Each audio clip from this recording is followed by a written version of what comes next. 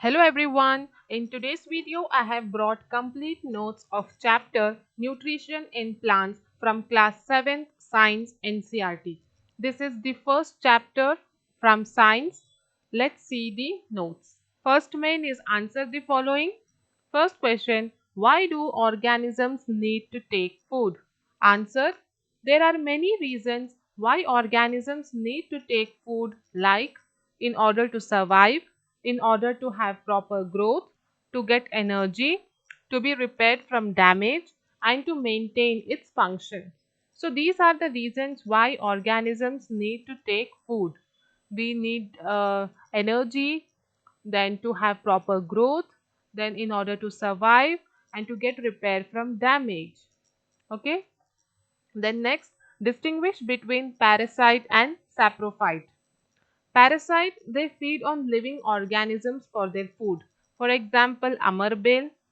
And saprophyte, they feed on decomposing or dead organisms for their food. Example, mushroom. So parasite, they feed on living organism, and saprophyte, they feed on dead organisms for their food. Then next, how would you test the presence of starch in leaves? Here you have to do a test and find out whether there is starch present in leaves or not. How will you do the test? Iodine test helps to identify the presence of starch in leaves.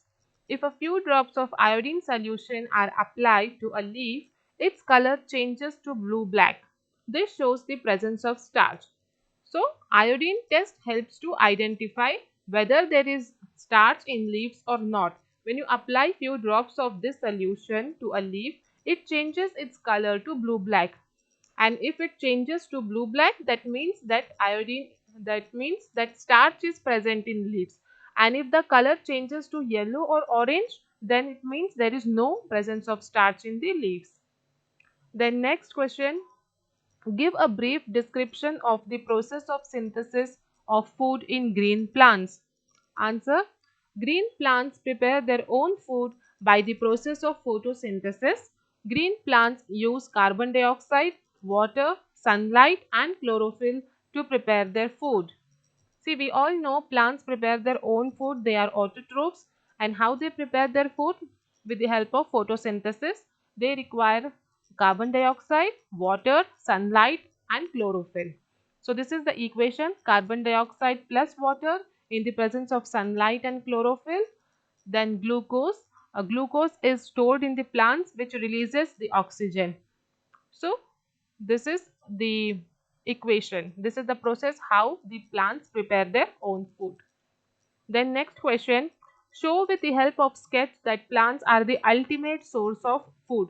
Here you have to draw a sketch and show that how the plants are the ultimate source, how they are the primary source of food, um, how insects, animals, and human beings, everyone are dependent on plants directly or indirectly. That you have to show with the help of a sketch.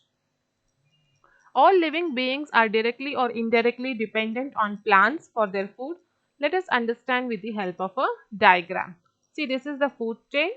You can see here corn is eaten by rat, rat is eaten by owl. Then carrots, carrots are eaten by rabbit. Then fox eats rabbit and lion eats fox. Then in last, grass is eaten by grasshopper. Then frog eats grasshopper. Python eats frog. Eagle eats python. So this is a food chain. But the primary source here, everyone they are dependent on the plants, corn, carrots and grass. These are the primary source of food. Whether it is lion, owl or eagle, they are indirectly dependent on grass. Yes. So this shows that plants are the primary source of food and all are dependent on it. The next one is fill in the blanks. Green plants are called dash since they synthesize their own food. So they are called autotrophs. Green plants are called autotrophs because they prepare their own food. Second, the food synthesized by plants is stored as starch. In photosynthesis, solar energy is absorbed by the pigment called chlorophyll. Chlorophyll is the pigment. Chlorophyll is the pigment which absorbs solar energy during the process of photosynthesis. Then next, during photosynthesis, plants take in carbon dioxide and release oxygen gas. Then next main is name the following. A parasitic plant with yellow, slender and branched stem is Cascata or Amarbale. Parasitic plant means plant which is dependent on other plant to eat. Okay, a parasitic plant means plant which is dependent on other plant for its food, which has yellow color, slender means thin and branch system. So this is Cascata and Amardin. A plant that is partially autotrophic. Partially autotrophic means which does photosynthesis but also depends on some insects for its food. It is pitcher plant. Pitcher plant does the photosynthesis but also it eats insects. Then next, the pores through which leaves exchange gases is stomata. With the help of stomata, it takes carbon dioxide and release oxygen. Then next, pick the correct answer. Cascata is an example of autotroph, parasite, saprotroph or host. So the right answer is parasite. Next, the plant which traps and feeds on insect is Cascata, China rose, pitcher plant or rose. The correct answer is pitcher plant. Then next main is match the following, column 1 and column 2. Chlorophyll, chlorophyll, leaf. Nitrogen, rhizobium. Cascata, parasite. Animals, heterotrophs. Insects, pitcher plant. Pitcher plant eats insect. Animals are heterotrophs. Cascata is a parasite plant. Nitrogen, it is rhizobium. Then chlorophyll is present in leaf. Then next, mark T if statement is true and F if it is false. This is true or false. Carbon dioxide is released during photosynthesis. It is false because oxygen is released during photosynthesis. Carbon dioxide is taken in and oxygen is released. Plants which synthesize their food are called saprotrophs. False. It is called autotroph. Plants which makes their own food are called as autotroph and not saprotrophs. Then next, the product of photosynthesis is not a protein. This is true. The product of photosynthesis is not a protein. It is a carbohydrate and oxygen. Then next, solar energy is converted into chemical energy during photosynthesis. Yes, it is true. Then next is choose the correct option from the following.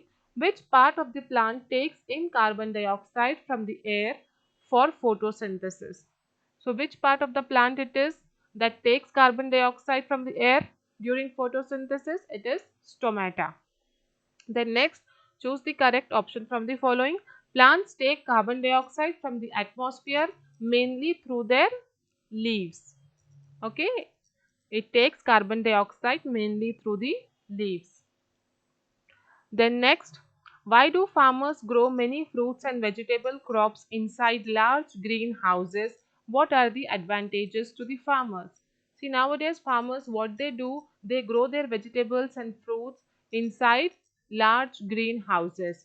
So what is the benefit of that? That we will see.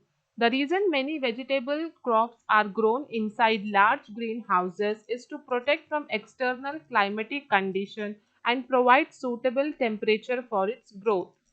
Its advantages are it protects from diseases, it protects from adverse climatic conditions, it protects from insects, it helps in giving optimum temperature to the plants. So in the picture you can see this is the glass house. Inside this many fruits and vegetables are grown.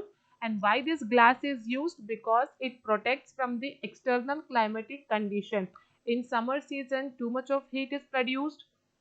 In rainy season too much of rain is poured, and during winter season sometimes snow falls. So all this affects the plants and the crops are destroyed. So these glass houses, it protects the crops.